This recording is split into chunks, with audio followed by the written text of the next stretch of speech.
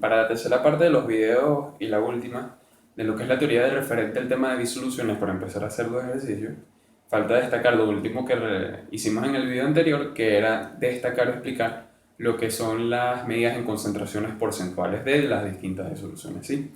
Entonces, existen tres de ellas, que son el porcentaje masa-masa, el porcentaje masa sobre volumen y el porcentaje volumen sobre volumen. ¿Sí? Cada una de ellas expresan las medidas de concentración en distintos tipos de disoluciones y más unas que otras se usan para distintos tipos de disoluciones. Por ejemplo, en el porcentaje masa-masa se usa generalmente para hablar de disoluciones donde están imbuidos objetos sólidos. Por ejemplo, una aleación explica muy bien ese tipo de uso para el porcentaje masa-masa. Sí, porque recuerden que en esta cucharilla, que es una cucharilla de acero inoxidable, el acero es una relación entre hierro y el plomo. ¿Sí? Con otros materiales más que hacen que absorban, digamos, por prioridad el oxígeno del ambiente y eviten que reaccione con el hierro de la cucharilla y por ende se oxide. ¿Sí? Entonces, para el porcentaje masa-masa sirve para explicar esto. ¿Por qué? Imagínense que en esta cucharilla que yo tengo aquí, experimentalmente nosotros obtuvimos que hay 5 gramos de cromo en esta cucharilla. ¿Sí? 5 gramos. Y nosotros pesamos nuestra cucharilla y nos dicen que tenemos 20 gramos. En los 5 gramos de cromo hacen referencia a uno de tantos materiales que pueden haber imbuidos dentro de la cucharilla. Entonces, nosotros con la fórmula de porcentaje de masa-masa podemos saber cuál es el porcentaje de cromo que hay imbuido en estos 20 gramos de cucharilla. ¿Cómo? Bueno, con las ecuaciones que tenemos aquí, en la primera específicamente, tenemos que el porcentaje de masa-masa es igual a la masa del soluto, que en este caso se hace referencia al material que estamos analizando, que es el cromo, dividido entre la masa total de la disolución. ¿Sí? O pueden poner aquí masa total o masa de la disolución. Hacen referencia exactamente lo mismo, que es la masa de todo nuestro sistema, que en este caso nuestro sistema es la cucharilla, es decir, los 20 gramos, y eso multiplicado por 100. ¿Por qué hago énfasis en eso? Porque fíjense que aquí nosotros obtuvimos que, como ya había dicho anteriormente, habíamos obtenido 5 gramos de cromo de manera experimental, nos lo dieron como dato. Entonces, esos 5 gramos que nos dieron como dato también están incluidos en la masa total de la disolución, porque al fin y al cabo, el cromo forma parte de esa disolución, forma parte de esa aleación. Asimismo, pasa con todos los denominadores que vamos a ver en todas las siguientes ecuaciones. ¿Sí? Siempre hacen referencia a la masa total de nuestro sistema, que en este caso son los 20 gramos de la cucharilla. Sí, que, repito, aquí también están 5 gramos de cromo, tantos gramos de hierro, tantos gramos de X y X. Por eso es que se usa el porcentaje masa-masa para saber, bueno, si yo tengo 5 gramos de cromo, perdón, y tengo una cucharilla que pesa 20 gramos, bueno, en porcentaje, ¿cuánto de cromo hay en toda mi cucharilla? ¿Sí? Para eso es que se usan los porcentajes o las composiciones, bueno, sí, las composiciones porcentuales y las medidas de concentración porcentual. Fíjense ahora que aquí tengo agua, que otra vez le añadí sal. Y este es para introducir lo que es la parte de nuestra segunda ecuación que hay en la pizarra, que era el porcentaje masa sobre volumen. ¿Sí? El porcentaje de masa sobre volumen se usa generalmente para distinguir los porcentajes que hay de un determinado soluto que se disuelve en un determinado disolvente. ¿Sí? En general se usan para muchas disoluciones en medio acuoso.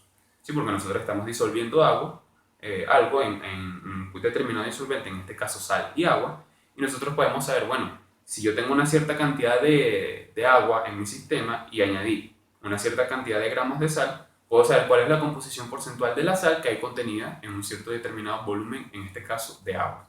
¿Sí? Entonces fíjense que es exactamente la misma ecuación de arriba, solamente que cambia la parte de abajo por un volumen, ¿sí? Porque se expresa con datos de volúmenes, mililitros, centímetros cúbicos, etc.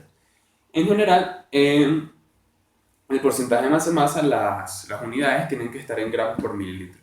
Sí, generalmente. No necesariamente es así, pero se recomienda que sea así. Ya explicaré por qué. Y tenemos que la masa de nuestro soluto, que en este caso es el soluto, que es lo que estamos disolviendo, que es la sal, los 20 gramos de sal, por ejemplo, en un determinado volumen de agua. Imagínense que eso es 250 mililitros, ¿sí? Pero también se hace referencia al volumen total de nuestra disolución. ¿Por qué hago tanto énfasis en eso? Fíjense en la última que tenemos aquí, que hace referencia al porcentaje de volumen sobre volumen y se hace generalmente cuando se preparan soluciones. Si, por ejemplo, tenemos ácido clorhídrico y queremos que se encuentre una determinada concentración, se usa generalmente para ese tipo de casos. Entonces también que tenemos volumen de soluto, que sería nuestra cantidad de mililitros que nosotros vertamos en un recipiente para preparar una disolución de ácido clorhídrico. Sí, entonces aquí estaría lo que es el ácido clorhídrico y abajo estaría el volumen total de nuestra disolución. Generalmente para preparar soluciones se usa agua, ¿sí? Y entonces ese volumen total de nuestra disolución sería tanto el volumen del ácido clorhídrico como el volumen de nuestro disolvente. Fíjense que en una disolución siempre, como ya lo había dicho antes, se forma por un soluto y un disolvente.